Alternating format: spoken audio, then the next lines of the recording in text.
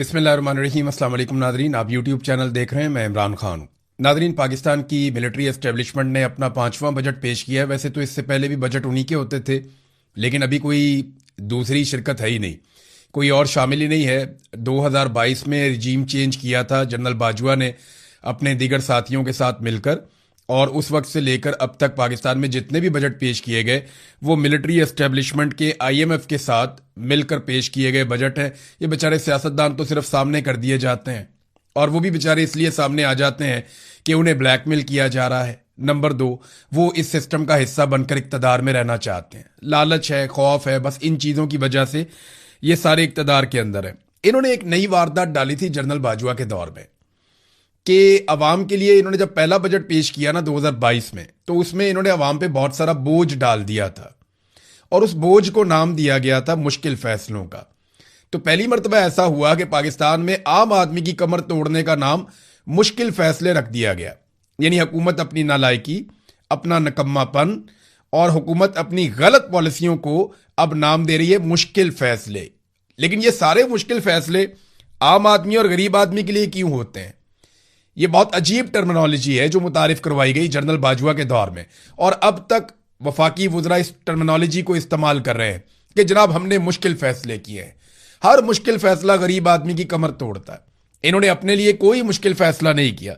मिसाल के तौर पे अगर मुश्किल फैसले ही करने थे तो सबसे पहले अपना प्रोटोकॉल खत्म कर देते, वो नहीं किया। अगर मुश्किल फैसले करने थे तो अपने प्राइवेट जेट वापस कर देते, वो नहीं किया। अगर मुश्किल फैसले ही करने थे तो महंगे तरीन अय्याशी वाले तैयारे ना खरीदते, लेकिन वो नहीं किया। अगर मुश्किल फैसले ही करने थे तो अपने टब्बर और मुलाजमीन समेत बैरून मुल्क दौरे जो हैं उन्हें मुख्तसर कर देते या ख़त्म कर देते, वो नहीं किया। ऐवान सदर, ऐवान वज़ीर आज़म और वज़रा आला के अखराजात को ही कम कर देते, वो भी नहीं किया। अगर मुश्किल फैसले करने थे तो MNAs और MPAs के जो फंड्स दिए जाते हैं जिनमें बहुत बड़े बड़े किकबैक्स और कमीशन होते हैं, वो फंड बंद कर देते, लेकिन वो नहीं किया गया। दिहाड़ियां बंद करवा देते, वो नहीं करवाई गई। IPP से जान छुड़वा देते अगर मुश्किल फैसले ही करने थे तो, लेकिन वो मुश्किल फैसला नहीं किया गया। जो लेवी जालिमाना आयद की गई गरीब पाकिस्तानियों के ऊपर, वो खत्म कर देते, लेकिन वो मुश्किल फैसला नहीं किया गया। अगर मुश्किल फैसले ही करने थे तो IMF को इनकार करने का फैसला कर देते, वो फैसला भी नहीं किया गया। अगर मुश्किल फैसले ही करने थे तो अमीरों के ऊपर टैक्स लगाते गरीबों की जेब काटने की बजाय, लेकिन वो नहीं किया गया। अगर और ही ज्यादा शौक था इनको मुश्किल फैसले करने का तो अपने और अपने खानदानों की मालो दौलत पाकिस्तान में वापस ले जाते बतौर सरमाया, और सरमायाकारी पाकिस्तान में करते, लेकिन वो नहीं किया। बल्कि इनके बच्चे तो आज भी बैरून मुल्क कारोबार कर रहे हैं, एक के बाद एक। अगर मुश्किल फैसले ही करने थे तो अपना इलाज पाकिस्तानी अस्पताल में वहां से करवाते जहां से पाकिस्तानी अवाम का हो रहा है, लेकिन वो मुश्किल फैसला इन्होंने नहीं किया। अगर मुश्किल फैसले करने ही थे तो अपने बड़े बड़े महल खत्म कर देते, बड़े बड़े गवर्नर हाउस, बड़े बड़े ईवान, ये बहुत बड़े बड़े जो खर्चे हो जाते हैं, जो सरकारी बाबुओं को इन्होंने बहुत बड़े बड़े महल, बहुत बड़ी बड़ी कोठियां दी हुई हैं, वो खत्म कर देते अगर मुश्किल फैसले करने थे। एक से ज्यादा गाड़ियां जितने अफसरान को दी गई हैं वो गाड़ियां वापस ले ली जाती, लेकिन वो मुश्किल फैसले इन्होंने नहीं किए। अगर मुश्किल फैसले ही करने थे तो अवाम के पैसों से अपनी जाती तशहीर ना करते, अपने जाती इश्तिहारात पूरा पूरा मुंह अपना अखबारात के ऊपर और मैगजीन्स के ऊपर ना लगवाते, और मीडिया को नवाजने का काम ना करते अवाम के पैसों से। अगर मुश्किल फैसले ही करने थे तो वो कर लेते, वो भी इन्होंने नहीं किया। अवाम के टैक्सेस से चलने वाले बड़े बड़े क्लब्स जिनके अंदर ये लोग जाते हैं, अशराफिया जाती है, जैसा कि जिम खाना भी है, बाकी क्लब्स हैं, ये आम पाकिस्तानियों के पैसे से चलते हैं। अगर तो मुश्किल फैसले करने थे तो इन क्लबों को बंद कर देते, ये भी एक मुश्किल फैसला था। लेकिन इनका हर मुश्किल फैसला, मैं ऐसे दर्जनों फैसले और गिनवा सकता हूं, लेकिन इनका हर मुश्किल फैसला गरीब आदमी के खिलाफ होता है, आम पाकिस्तानी के खिलाफ होता है। मुश्किल फैसला वो होता है जो गरीब को, कमजोर को और निचले तबके को मुश्किल में डाल देता है। इनका मुश्किल फैसला कभी भी बड़े आदमी को, एलीट क्लास को वो परेशान नहीं करता, वो राजी रहते हैं। उनको अरबों डॉलर्स की छूट दी जाती है टैक्सेस के अंदर। फौजी फाउंडेशन के जो इदारे हैं उनको इतनी बड़ी छूट दी जाती है कि आप कैलकुलेट करें तो गरीब को तो उसके बदले में मिलता ही कुछ नहीं है। तालीम और सेहत के ऊपर इनका खर्चा जरा चेक करें। वैसे तो माजी में भी कोई बड़ी अच्छी मिसालें नहीं थी, लेकिन पाकिस्तान तहरीक इंसाफ के दौर से इसका मुवाजना करते हैं इमरान खान साहब का आखिरी बजट और आज का बजट। इमरान खान साहब का जो आखिरी बजट था उसमें जो तालीम के ऊपर पैसा खर्च हो रहा था, अगर परसेंटेज में आप निकालें तो 1.77%, 1.77% खर्च हो रहा था इमरान खान साहब के दौर में तालीम के ऊपर। ये वफाकी बजट की बात बता रहा हूं। सेहत के ऊपर जो है वो 1.40% जो है वो खर्च कर रहे थे। मौजूदा हुकूमत परसेंटेज में इससे आधा खर्च कर रही है, यानी 0.8% और 0.8% तालीम पर और सेहत पर। इमरान खान साहब ने सूबों में एक हेल्थ कार्ड दिया था, हर आदमी की जेब में 10 लाख रुपया डाल दिया था कि जनाब आप 10 लाख रुपए तक का इलाज आप जब चाहें करवा सकते हैं, ये पैसा आपको खर्च नहीं करना पड़ेगा। लोगों ने बहुत फायदा भी उठाया। लेकिन तालीम पर जितना खर्च इमरान खान साहब के दौरे हुकूमत में हो रहा था परसेंटेज में, उससे आधा और उससे भी कम आज हो रहा है। हेल्थ पे जितना खर्च हो रहा था वो भी उससे आधा खर्च हो रहा है। तो तालीम का और सेहत का बजट हम कम कर रहे हैं, दिफा का बजट हम बढ़ा रहे हैं। दिफा का बजट जरूर बढ़ाइए, लेकिन साथ साथ हमें बताइए कि दहशतगर्दी कब खत्म होगी, इंडिया से अपना पानी कब छुड़वाएंगे और मकबूजा कश्मीर आजाद कब होगा। अभी तो आजाद कश्मीर वाले भी आजादी मांग रहे हैं कि कम से कम भाई हमारी हुकूमतों के ऊपर कंट्रोल करना तो बंद कर दो ना। ये क्या तरीका हुआ कि एक ब्रिगेडियर साहब बैठे हुए और वो पूरा निजाम डंडे के साथ कंट्रोल कर रहे हैं। भाई हुकूमत हुक्मरानों को चलाने दो, जिन लोगों को लोग वोट डालते हैं उन्हें हुकूमत करने का हक दिया जाए। बहरहाल इनका सारा का सारा जो है वो फोकस गरीब आदमी पे आता है। जब भी इन्होंने पैसा इकट्ठा करना हो ये गरीब आदमी से पैसा इकट्ठा करते हैं, और जब भी इन्होंने वो पैसा खर्च करना हो तो ये अमीर आदमी के ऊपर या अशराफिया के ऊपर या अपने ऊपर वो पैसा खर्च करते हैं। अच्छा नादरीन, जिस किस्म का ये बजट है ना, मैं कोई इतना एक्सपर्ट नहीं हूं कांग्रेस का, यानी मुझे इतना नहीं पता, मैं वजारत खजाना में इन चीजों में मैंने कभी इतना काम नहीं किया बजट के मामलात में, लेकिन मोटी मोटी चीजें तो सबको पता है ना। मैंने अपनी इकोनॉमिक्स पढ़ी है और जितनी मैंने पढ़ी है उसके मुताबिक मुझे आइडिया है कि ये कौम के साथ क्या करने जा रहे हैं। एक आम आदमी को, एक बच्चे को भी पता चलता है कौम के साथ क्या करने जा रहे हैं। अगर नहीं पता चलता तो अपोजिशन को पता नहीं चलता। पाकिस्तान तहरीक इंसाफ की जगह अगर कोई भी अपोजिशन होती तो इस बजट की धज्जियां बखेर देती, इनको तबाह बर्बाद कर देती। लेकिन पाकिस्तान तहरीक इंसाफ ने एक मरतबा फिर अच्छे बच्चों का किरदार अदा किया, कोई बात नहीं की, कोई सख्ती नहीं की, बड़े प्यार से एक शेर सुनाया और बाइकआउट कर दिया। ये जी पाकिस्तान तहरीक इंसाफ की टोटल हिकमत अमली है। वहां शहबाज शरीफ साहब ने भी इनको बातें सुनाई, वहां पे अयाज सादिक साहब ने भी उन्हें बातें सुनाई, और वो वहां पे भीख मांग रहे थे खड़े होकर, जनाब आप इमरान खान साहब से मुलाकात के लिए एक आप रूलिंग दे दें, आप एक ऑर्डर जारी कर दें। ये बैरिस्टर गोहर कह रहे थे स्पीकर को, और स्पीकर ने आगे से कहा कि अगर वो मेंबर असेंबली होते ना तो मैं उनका प्रोटेक्शन ऑर्डर जारी कर देता, आप तो अपने दौर में करते नहीं थे, हम कर देते। और वहां किसी ने जवाब नहीं दिया। सिर्फ एक आदमी था सेनेट का मेंबर, एक सेनेटर था एजाज चौधरी, वो 3 साल से जेल में पड़ा। एक मर्तबा भी उसका प्रोटेक्शन ऑर्डर जारी होने के बावजूद उसको आने नहीं दिया गया। एक मर्तबा भी अमल दरामद नहीं हुआ। यूसुफ रजा गिलानी ने बहुत बड़ी बड़ी बातें की लेकिन अमल दरामद नहीं हुआ। एक आदमी शहबाज शरीफ ने अपनी जितनी जेल है उसका ज्यादातर हिस्सा बतौर अपोजिशन लीडर कौमी असेंबली में, कौमी असेंबली के सेक्रेटेरिएट में या इस्लामाबाद के ईवानों के अंदर गुजारा। शहबाज शरीफ ने मौजों वाली जेल काटी है।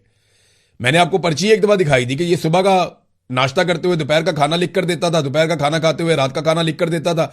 इसकी एक दिन में 4-4 मुलाकातें होती थी और रोज मुलाकातें होती थी, और प्रोटेक्शन ऑर्डर इसकी जेब में पड़ा रहता था, जब दिल करता था ये आ जाता था।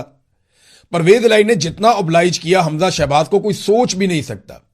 हमजा शहबाज को शहजादों की तरह रखा परवेज इलाही ने जब वो जेल के अंदर बनता करप्शन के केसेस में। ये इन्होंने इनको फैसिलिटेट किया। नवाज शरीफ की रोजाना कितनी मुलाकातें होती थी, लेकिन आज अयाज सादिक इन्हें बात सुना रहा है और ये आगे से जवाब ही नहीं दे पा रहे कि हम तो आपके प्रोटेक्शन ऑर्डर रोजाना जारी करते थे। वहीं पे असद कैसर साहब बैठे हुए थे, वो बताते कि हमने तो आपका प्रोटेक्शन ऑर्डर एक दिन भी नहीं रोका और आपने हमें आज तक प्रोटेक्शन ऑर्डर दिया ही नहीं। अव्वल तो किसी को मेंबर नहीं बनने दिया, और जो रह गया था मेंबर इक्का दुक्का वो उनको आने नहीं दिया, कभी भी वो कभी भी नहीं आ सके। ये एस्टेब्लिशमेंट ने कंट्रोल किया। और वो ये भी कह रहे थे कि हम तो मुज़ाकरात करना चाहते थे आपके साथ, हमने तो 2-3 दफा बिठाया भी, तो आप ही उठ के चले जाते हैं। तो वहां पे भी इनकी जुबान बंद हो गई। लास्ट टाइम जो मुज़ाकरात हुए इमरान खान साहब की इजाजत से, वो मुज़ाकरात खत्म इसलिए हुए थे कि अपोजिशन ने हुकूमत से रिक्वेस्ट की कि इमरान खान से मुलाकात करवा दें, जो चीजें हम आपस में तय कर रहे हैं इन चीजों पे हम उनसे मुशावरत करने के बाद आपके साथ मुआहिदा कर लेंगे। हुकूमत ने कहा ठीक है जी, हम आपकी मुलाकात करवा देते हैं इमरान खान साहब से, लेकिन उसके बाद मुलाकात ना हो पाई। बार बार पूछा गया तो उन्होंने कहा जी हमें फौज इजाजत नहीं दे रही, हमें एस्टेब्लिशमेंट इस बात की इजाजत नहीं दे रही, ये हमारे इख्तियार में नहीं है। जब आपके इख्तियार में नहीं है तो फिर आप मुज़ाकरात किस बात से करते हैं? शहबाज शरीफ को वजीर आला ने फोन किया कि मेरी इमरान खान से मुलाकात करवाएं, तो शहबाज शरीफ ने कहा कि मैं पूछ कर बताता हूं। जब आपकी औकात ही नहीं है तो आप मुज़ाकरात का दावा क्यों करते हैं? वैसे मेरा यह मानना है कि जब भी कभी सियासतदानों को होश आई और ये आपस में मुज़ाकरात करें, तो अगर ये मिलकर एक काम कर देना, सारे चोर, सारे डाकू, सारे मिलकर पाकिस्तान की मिलिट्री एस्टेब्लिशमेंट को सियासी किरदार से बाहर निकाल दें, फौज का सियासत के अंदर से किरदार अगर खत्म कर दें सारे चोर और डाकू मिलकर, तो पाकिस्तान आगे बढ़ जाएगा, पाकिस्तान बहुत तरक्की कर जाएगा। जब तक फौज सियासत में किरदार अदा करती रहेगी, पाकिस्तान एक कदम आगे नहीं बढ़ सकता। और याद रखिएगा, फौज पाकिस्तान के भले के लिए सियासत में किरदार अदा नहीं करती, वो अपनी एक्सटेंशन के लिए, अपने इस्तिस्ना के लिए, अपने मफादात के लिए, अपने कारोबारों के लिए सियासत में किरदार अदा करती है, पाकिस्तान के लिए नहीं करती। पाकिस्तान के लिए करती होती तो पाकिस्तान का ये भट्टा बैठ जाता 4-5 साल के अंदर। ये 5वां बजट है, लगातार अवाम की मंजी ठोक रहे हैं। तो फौज का सियासत में किरदार जर्नैलों के जाती मफादात के लिए है, अपने फायदों के लिए है। फौज का सियासत में किरदार पाकिस्तान के फायदे के लिए नहीं है। यह बात भी आप जरा अपने पल्ले बांध लें। भारत पाकिस्तान तहरीक इंसाफ को अपोजिशन करनी चाहिए थी, कोई व्हाइट पेपर लेके आते, अवामी सतह का कोई एहतजाज करते, कोई हकायक सामने लेकर आते, एक एक पॉइंट के ऊपर हुकूमत को बेनकाब करते, लेकिन उन्होंने कुछ नहीं किया। पीटीआई के लोगों को यह लगता है कि कल कला को इमरान खान बाहर आएगा, वो एक नारा लगाएगा, हम सबको टिकट मिलेंगे, हम इलेक्शन जीत जाएंगे, हमें काम करने की क्या जरूरत है। भाई, अपोजिशन की एक रिस्पॉन्सिबिलिटी होती है। आपको जबरदस्ती अगर अपोजिशन में बैठा ही दिया है, तो आप अपनी जिम्मेदारी तो अदा करें। आम आदमी के लिए आवाज तो उठाएं। किसान के लिए कोई आवाज नहीं उठा रहा, सनतकार के लिए कोई आवाज नहीं उठा रहा, छोटे ताजरों के लिए कोई आवाज नहीं उठा रहा, तनख्वाहदार तबके के लिए कोई आवाज नहीं उठा रहा, खवातीन के लिए, बच्चों की तालीम के लिए कोई आवाज नहीं उठा रहा, बढ़ती हुई महंगाई, लोगों के किचन नहीं चल रहे, कोई आवाज नहीं उठा रहा, कोई बात ही नहीं करता। क्योंकि ये सारे अशराफियां हैं, इनके पास पैसे हैं, ये आराम से अपना बिल पे कर देते हैं, और इनको भारी पैसा मिलता भी है असेंबलियों में बैठने के एवज, और यहां पे बैठ के ये अपनी बातें करके चले जाते हैं। पैसा इनको कौम देती है, और कौम के लिए ये कोई काम नहीं करते। अपोजिशन ने किसी सूरत भी अवाम के लिए कोई आवाज नहीं उठाई इस वक्त तक। जो काम उन्हें करना चाहिए था उन्होंने नहीं किया, बल्कि कॉपरेशन की है। पाकिस्तान तहरीक इंसाफ की वाहिद एक सूबाई हुकूमत है, उन्होंने इतनी कॉपरेशन की है कि कोई दोस्त भी इतनी कॉपरेशन ना करता जितनी इन्होंने कर दी है। और बदले में क्या लिया, ये मैं आपको बताता हूं आगे चलकर। शहबाज शरीफ साहब ने एक नई ऑफर भी कर दी है, लेकिन मैं आपको याद दिलाऊं, मैंने आपसे नाजरीन जिक्र किया था एक टैप सेंड एप्लीकेशन का। इससे आप पैसे पाकिस्तान में भिजवा सकते हैं। ये खासतौर पे ओवरसीज पाकिस्तानियों के लिए था, और मैंने आपको बताया था कि इसमें 2-3 चीजें बड़ी अहम है। नंबर 1 तो ये बड़ा फास्ट ट्रैक है, आपके पैसे जल्दी से पाकिस्तान पहुंच जाते हैं। नंबर 2 ये है कि इसका एक्सचेंज रेट भी अच्छा है, और नंबर 3 ये है कि ये महफूज जरिया है, आपके पैसे महफूज तरीके से पाकिस्तान पहुंच जाएंगे। तो आप अमेरिका में हैं, यूरोप में हैं, बरतानिया में हैं, दीगर ममालिक में हैं, कनाडा में हैं, तो आप पाकिस्तान में पैसे भेजना चाहते हैं, तो आप टैप सेंड एप्लीकेशन को इस्तेमाल कर सकते हैं। जैसा कि मैंने पहले भी आपसे कहा था, काफ़ी लोगों ने इसको इस्तेमाल किया है, अच्छा फीडबैक भी आया है। लेकिन अगर आप मेरा प्रोमो कोड इस्तेमाल करेंगे पैसे भेजते वक्त, जो कि IRK है, इमरान रियाज खान से IRK, आप मेरा प्रोमो कोड इस्तेमाल करेंगे तो आपको बोनस भी मिल जाएगा। तो ये एक अच्छी बात है। तो टैप सेंड एप्लीकेशन मैं एक मरतबा फिर आपको याद दिला रहा हूं। जी नाज़रीन, तो शहबाज शरीफ साहब ने, मैं आपसे बात कर रहा था सियासत के ऊपर, तो शहबाज शरीफ साहब ने मुज़ाकरात की दावत दे दी एक दफा फिर फ्लोर ऑफ द हाउस खड़े होकर। अब क्या वाकई ये संजीदा है? तो मुझे नहीं लगता, क्योंकि अगर ये मुज़ाकरात होने और किसी नतीजे पर पहुंचने, देखिए एंगेजमेंट तो वो चाहते हैं हर वक्त अपोजिशन को एंगेज करके रखें, उनके साथ बातें होती रहें, चीज़ों को नॉर्मलाइज किया जाए, और ये हुकूमत जो है इसके जवाब में इजाफा हो, ये लेजिटिमेट गवर्नमेंट बन जाए कि जनाब ये गवर्नमेंट है, वाकई गवर्नमेंट है। शहबाज शरीफ साहब का कॉन्फिडेंस वैसे काफी बढ़ गया है, पहले इतना कॉन्फिडेंस नहीं था। उनकी सेहत भी ठीक है, पहले वो हमेशा बीमार रहते थे, लेकिन अब मैं ये देख रहा हूं बड़े लंबे अरसे से उनको बीमारी की कोई शिकायत नहीं हुई। इक्तदार चीज ही ऐसी है। बहरहाल शहबाज शरीफ साहब जो है वो क्या संजीदा है, ये आने वाले दिनों में आपको समझ आ जाएगी।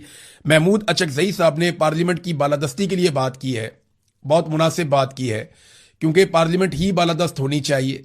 अब चाहे चोर हैं, डाकू हैं, जिनको अवाम ने मुंतखब कर लिया, उन्हीं को फैसले करने चाहिए, ना कि कोई इदारा बैठे और बंद कमरे के अंदर कौम की मुस्तकबिल का फैसला कर ले।